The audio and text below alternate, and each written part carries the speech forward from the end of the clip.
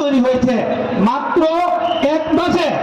এই আন্দোলন হয় নাই। এই আন্দোলনের জন্য বিএনপির বহু নেতাকর্মী শহীদ হয়েছে, গুম হয়েছে, বহু নেতাকর্মীর নামে মামলা হয়েছে, জেল হয়েছে, অনেকের যাবজ্জীবন কারাদণ্ড হয়েছে। এই আন্দোলনের সম্পূর্ণ রূপকার দেশনায়ক তারেক রহমান। উনি যেই ভিতটা তৈরি করে দিয়েছে, সেই ভিতের উপর দাঁড়িয়ে আমাদের ছাত্র জনতার আন্দোলনে গণ অভ্যুত্থান হয়। সেই অভ্যুত্থানে এই ফ্যাসিস্ট খুনি হাসিনা তার দলবল সহ 330 জন সাংসদ সহ সে বাংলাদেশ থেকে পালিয়ে গিয়েছে, যেটা বাংলাদেশের ইতিহাসে নজিরবিহীন। কখনো কোন একটা দেশের পুরা সম্পূর্ণ সংসদ তার নেতা নেত্রী সহ পালিয়ে যাওয়ার ঘটনা, এটা মানে ইতিহাসের বিরল। শেখ হাসিনা সেই ইতিহাসটা করেছে। হাসিনা আবার বলে আমি টুক করে ঢুকে পড়বো। আরে আসো, তুমি আসো হাসিনা, আমরা তোমার জন্য প্রস্তুত আছি। আমরা প্রস্তুত, বাংলাদেশের 18 কোটি মানুষ প্রস্তুত। আল্লাহর অশেষ রহমত, আলহামদুলিল্লাহ রাব্বিল আলামিন, আমি আপনাদের মাঝে ফেরত এসেছি। আপনারা জানেন আমাকে গুম করা হয়েছিল। আমি এবং আমার সহকারী আজাদের বাড়ি যশোর, আমরা দুইজন গুম হয়েছিলাম। আমার সাথে আপনাদের এই দরকারের সন্তান জালালউদ্দিন সরকার তুহিন ছিলেন। সৌভাগ্যবশত আমি গুম হওয়ার ঠিক 10 মিনিট আগে উনি আমার কাছ থেকে চলে গিয়েছিলেন, সেই জন্য ওনাকে গুম করতে পারে নাই। গুম হওয়া যে কি ভয়ঙ্কর ব্যাপার, কত কষ্টের,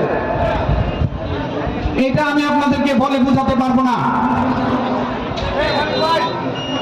তারা যখন আমাকে ধরে নিয়ে যায়, আমার চোখ হাত বেঁধে আমাকে অমানসিক নির্যাতন করে তারা গাড়িতে উঠিয়ে তারা আমাকে নিয়ে যায়। 16.5 ঘন্টা পর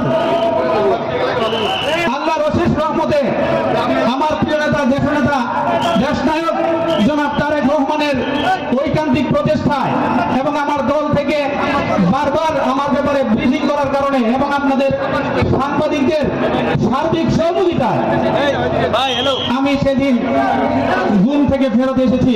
আমাকে 16.5 ঘন্টা তারা আমাকে নিয়ে বিভিন্নভাবে আমাকে মেরে ফেলার চেষ্টা করা হয়েছিল।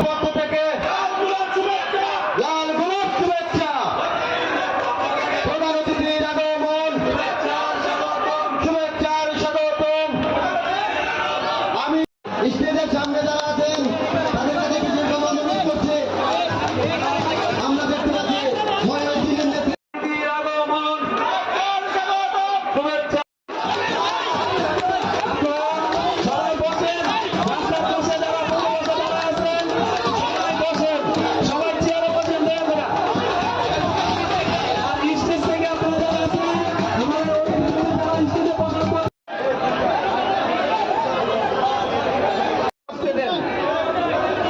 বিশৃঙ্খলা করবেন না। বিএনপির সম্মানিত ইনশাআল্লাহ প্রিয় ভাইরা আমার, আমাদের এখানে জেলাতে আরো শহীদের তালিকা আন্দোলনের গতিটা বাড়িয়ে দিয়েছে।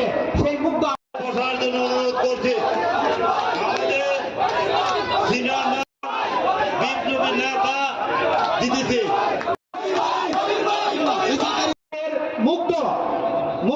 মুগ্ধর বাবা কি জানেন?